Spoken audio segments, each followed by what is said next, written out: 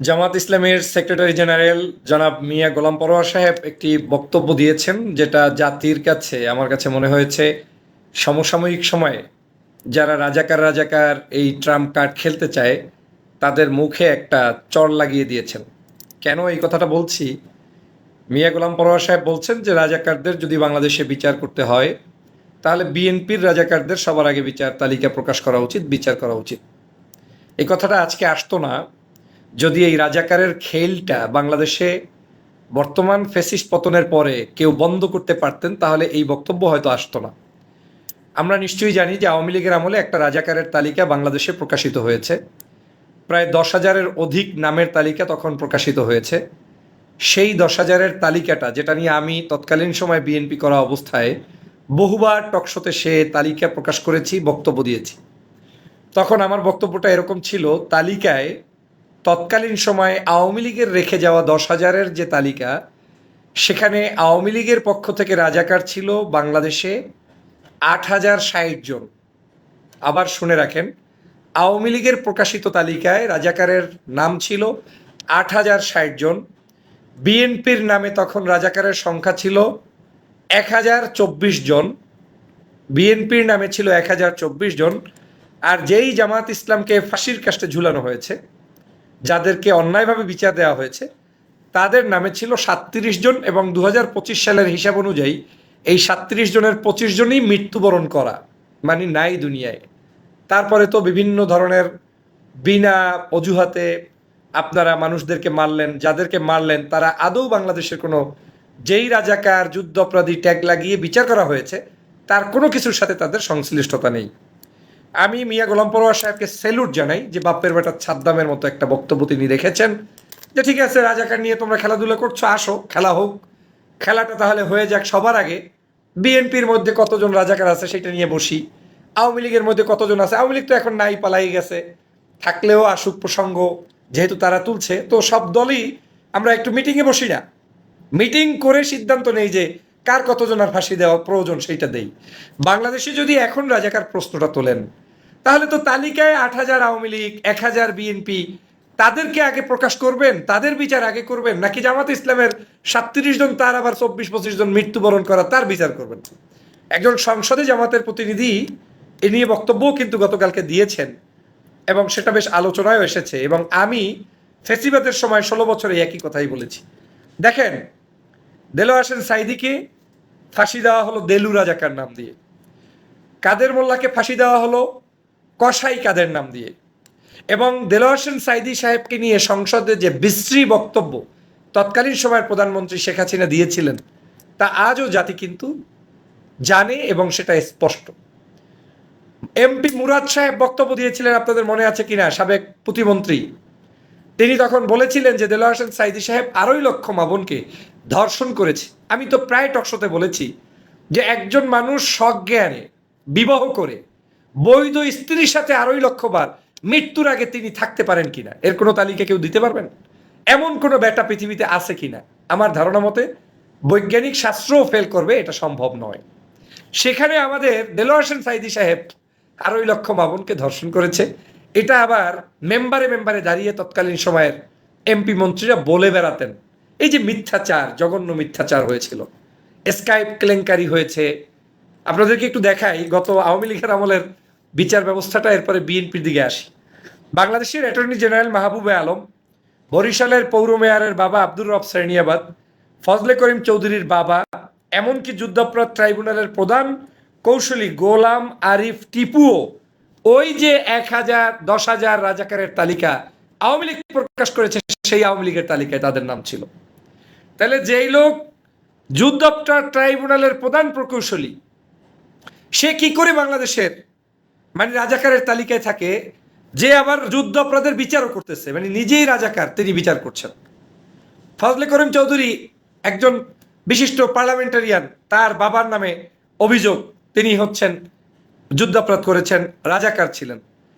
আমাদের বরিশালের আব্দুর রব শ্রেণিয়াবাদ, কে না চেনে, সাবেক মেয়র হাসনাত, তাদের পরিবার, শেখ হাসিনার শেখ মুজিবুর রহমানের ভাইগনা, সে ছিলেন। বাংলাদেশের অ্যাটর্নি জেনারেল মাহবুবে আলম ছিলেন। এই ব্যক্তিরা আবার বাংলাদেশে জামাত ইসলামের বিচার করেছে। দেখেন, ওই তালিকায় তৎকালীন সময় বাদ পড়ছে প্রখ্যাত রাজাকার যারা ছিলেন।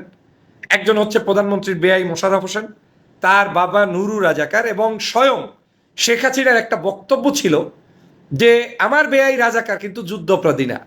মানে ওরা যুদ্ধ অপরাধ করে না, যুদ্ধ অপরাধ সব করছে সাইদি সাহেব, নিজামী সাহেব, কাদের মোল্লা, আলী হাসান মুজাহিদ, মীর কাসেম আলী। মানে ওনাদের দৃষ্টিতে ওই দাড়িওয়ালা টুপিওয়ালা ইসলামিক রাজনৈতিক দল করার কারণে সবাই যুদ্ধাপরাধী। আর ওই সময় যে সকল টাউট, বাটপার, চাঁদাবাজ, টেন্ডারবাজ, দুষ্ট মানুষগুলো তারা সবাই সুফি সাধক। অথচ আমরা সমাজে দেখি কি এখনো বাস্তবতা হচ্ছে এই, এখনো সমাজে কোনো অকারেন্স ঘটলে দেখবেন সাধারণ নাগরিকটা অকারেন্সে বেশি জড়িত থাকে আদার দেন একজন ইসলামিক পিপল, একটু হুজুর, একটু ধর্মীয় মূল্যবোধ। এমনকি চোখের সামনেও জানে যে এই জিনিসটাতে চরমভাবে একটা প্রতিবাদ করে তাকে শাস্তি দেওয়া দরকার, সেখানেও দেখবেন ওই হুজুর বা ইসলামপন্থী লোকটা একটু সফটেড হয় যে না, ওকে মারিও না, ওকে পিটাইও না। তো সব সন্ত্রাস, ওই সময় রাজাকার, এগুলা হচ্ছে এই দলের মধ্যে বেশি। আর দোষটা চাপাই দিলেন বিএনপির কাঁধে। আমি এই মিয়া গোলাম পরোয়ার সাহেবকে ধন্যবাদ না জানাই পারলাম না, এই জন্য যে অবশ্যই ধন্যবাদ জানাই যে আপনি সঠিক কথা বলছেন যে ঠিক আছে ভাই, আমাকেও বিচার হোক, অসুবিধা নাই। বিচার তো এক গ্রুপ করছো, আর এক গ্রুপ করতে আসছো, তার আগে তালিকাটা নিয়ে একটু বসো। বিএনপির 1024 জনের তার তালিকা, আওয়ামী লীগের 8000, তা আওয়ামী লীগ নাই, বিএনপি নিয়ে বসো। যেহেতু এখন বিএনপি এই প্রশ্ন তুলছে, আমার মনে হয় বিএনপির এই 1000 রাজাকারের তালিকা নিয়ে জামাত ইসলাম যতদিন পর্যন্ত সমাধান খুঁজে না পাবে, যতদিন পর্যন্ত তাদের বিচার জাতির কাছে প্রকাশিত না হবে, ততদিন পর্যন্ত বিএনপির কোনো এমপি, মন্ত্রী কারো সংসদে বক্তব্য রেখে জামাতকে নিয়ে প্রশ্ন তোলার বিন্দুমাত্র অধিকার নেই। এবং এটা কঠোরভাবেই বলা উচিত। কারণ রাজাকার একটা খেলা, রাজাকার একটা গেম, রাজাকার একটা জাস্ট মানে জাতিকে বিভ্রান্ত করার একটা চক্রান্ত, আর কিচ্ছু না। এগুলো দিয়ে শুধুমাত্র ইসলামিক রাজনীতি, জামাত ইসলামের ইনসাফ ভিত্তিক রাজনীতি, সমাজের মধ্যে ভালো মানুষদেরকে কুলুষিত করার একটি ষড়যন্ত্র, এছাড়া আমি কিছুই বিশ্বাস করি না।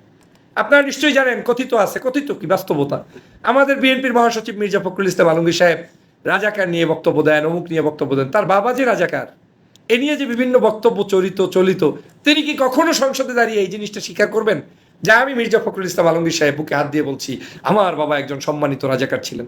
কই, কেউ তো বলে না। তো যা তোমার পরিবারের জন্য বলো না, তা তুমি জামাতের জন্য কেন বলতে যাও?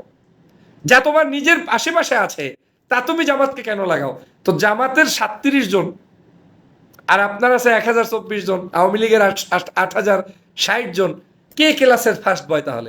তাহলে আপনারা সবার আগে যদি রাজাকার নিয়ে কথা বলতে চান, প্রথম তালিকাটা তাদেরই করেন। এরপরে আসেন রাজাকার তো এক জিনিস, যেমন জামাত ইসলাম স্বাধীনতা যুদ্ধের সময় তার কি চিন্তা ছিল, একটা হচ্ছে থট, বিশ্বাস, যে আমি এই বিশ্বাসের কারণে এই যুদ্ধের পক্ষে কিংবা বিপক্ষে।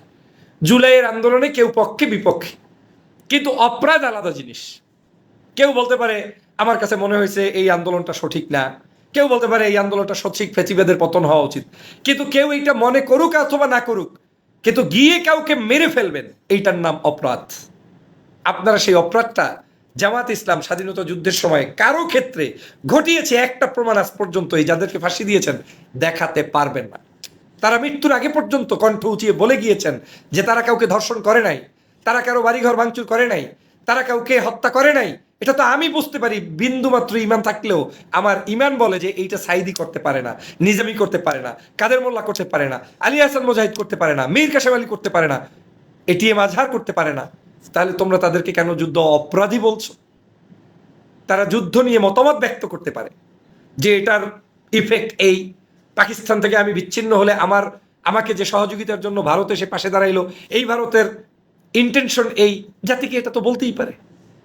আবার সেটাকে এখন বাংলাদেশের প্রেক্ষাপটে স্বাধীন বাংলাদেশটাকে রক্ষার যদি কোনো দল থেকে থাকে সবচেয়ে বেশি, সেটার নাম তো জামাত ইসলাম, যারা প্রত্যেকটা মাতৃভূমির ইঞ্চি ইঞ্চি জমিকে পাহারা দিয়ে রাখতে চায়। এটা তো আমার একিন বলে, এবং এটা আমি এখন না, পূর্বেও ছিল, ভিন্ন দলে থাকা অবস্থায়ও আমার এই একিনটা ছিল যে যারা মিনিমাম দেশপ্রেমিক তাদের মিনিমাম ইমানির বল থাকা লাগে, তাদের আল্লাহ খোদার ভীতিটা বেশি থাকা লাগে, তারা ন্যায় নিষ্ঠার পথে বেশি থাকা লাগে। তো সে দেশ থেকে তো বাংলাদেশে এখন পর্যন্ত জামাত ইসলাম আগানো।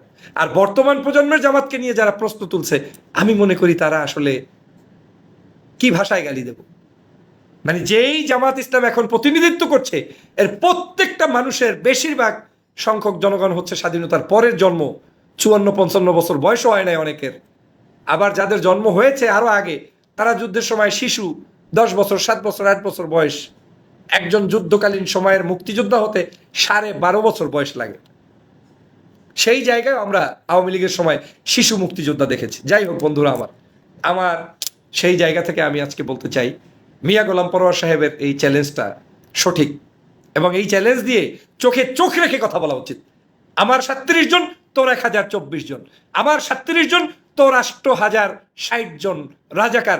যতদিন পর্যন্ত আওয়ামী লীগের 8,060 জন রাজাকারের তালিকা প্রকাশ করে ওদেরকে তোমরা বিচার না করবা, যতদিন পর্যন্ত বিএনপির 1024 জন রাজাকারের তালিকা প্রকাশ করে বিচার না করবা, ততদিন পর্যন্ত তুমি জামাত ইসলামের দিকে আঙ্গুল তুলে রাজাকার শব্দ উচ্চারণ করতে পর্যন্ত তুই পারবি না। এরকম চোখে চোখ রেখে, হাতে হাত রেখে কথা বলা দরকার।